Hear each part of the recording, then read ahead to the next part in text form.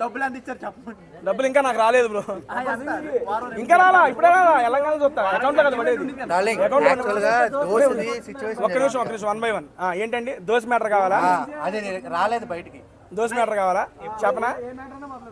Okay, ఆ cheese dosa plane దోశగా చెబుతానండి. ఏమి లేదండి అక్కడ జరిగింది.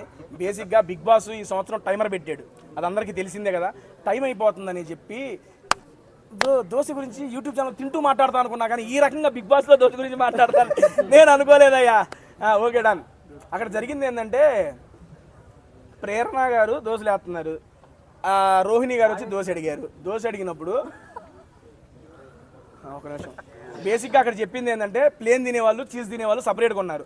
రోహిణి గారు ఫస్ట్ ప్లేన్ వద్దన్నారు, అందుకని అయిపోయింది. తర్వాత టైం వచ్చిన తర్వాత చీజ్ బాగుంటుందో రోహిణి గారు చీజ్ దోశని అడిగినప్పుడు ప్రేరణ ఏం చెప్పిందంటే ఆల్రెడీ నీ దోశలు అయిపోయినాయి అని చెప్పింది. చెప్పంగానే ఆవిడ ఫీల్ అయ్యారు రోహిణి గారు, కానీ ఫీల్ అయ్యి మాట బయటికి చెప్పనప్పుడు నాకు అర్థమైంది అయ్యో రోహిణి గారు ఫీల్ అయ్యారని. అప్పుడు కూడా నేనేం మాట్లాడాల. నేను అన్నది ఏంటంటే సరే ఒక చీజ్ దోశ ఒక నార్మల్ దోశ ప్రతి ఒక్క ఇండివిజువల్కి ఇలా ఈక్వల్గా డివైడ్ చేసేయండి, ఏ గోళ ఉండదో. చీజ్ కావాల్సిన వాళ్ళు చీజ్ తింటారు, ప్లేన్ వాళ్ళు ప్లేను తింటారని చెప్పా. ఇక దాని దగ్గర స్టార్ట్ అయినప్పుడు రోహిణి గారు ప్రేరణ అక్కడ అయిపోయింది, అక్కడ స్టార్ట్ అయిపోయింది. దాని తర్వాత ఏమైందంటే రోహిణి గారు ప్రేరణతో ఏం చెప్పిందంటే అమ్మ నువ్వు మెగా చీఫ్ ఉన్నప్పుడు ప్రేరణ గారికి గొడవలు అయినాయి కదా. బేసిక్గా నువ్వు మెగా చీఫ్ అయినప్పుడు నీ మాట వినకపోతే ఎలాగైతే గొడవలు అయ్యో నేను మెగా చీఫ్ అయినప్పుడు నా మాటలు కూడా వినకపోతే నాకు అలాగే అనిపిస్తుంది అని చెప్పి డిస్కషన్ జరుగుతున్నప్పుడు ఏంటి పర్టికులర్ ఎగ్జాంపుల్ చెప్పు అన్నప్పుడు నేను ఈ దోశ మ్యాటర్ అయినమ్మ జరిగింది కదా అని చెప్పా. అక్కడ నుండి అది చిలికి గాలివాన్ అయ్యింది.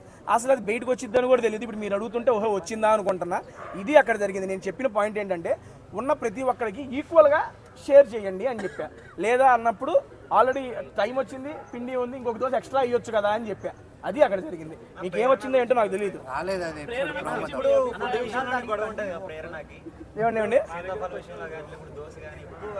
బేసిక్గా తను నేను ఇందాక స్టేజ్ మీద కూడా నాకు సార్ కదా చెప్పా, ఆట పరంగా మంచిగా ఆడుతుంది, చాలా బాగా తన పాయింట్స్ కూడా పెడుతుంది. మాట తీరు పరంగా కొంచెం మార్చుకొని ఉంటే అది తనకి ఇంకా ఫినాలేకి వెళ్తానికి ఉపయోగపడిద్దని నా సలహా కూడా చెప్పా. చాలా మంచి అమ్మాయి, నాకు ఇంట్లోకి వెళ్ళంగానే కనెక్ట్ అయ్యి నా అమ్మాయి చాలా బాగుంది, పెళ్ళి అయిపోయింది, మనం ఏం చేయలేలే కానీ పాపం చాలా మంచి అమ్మాయి.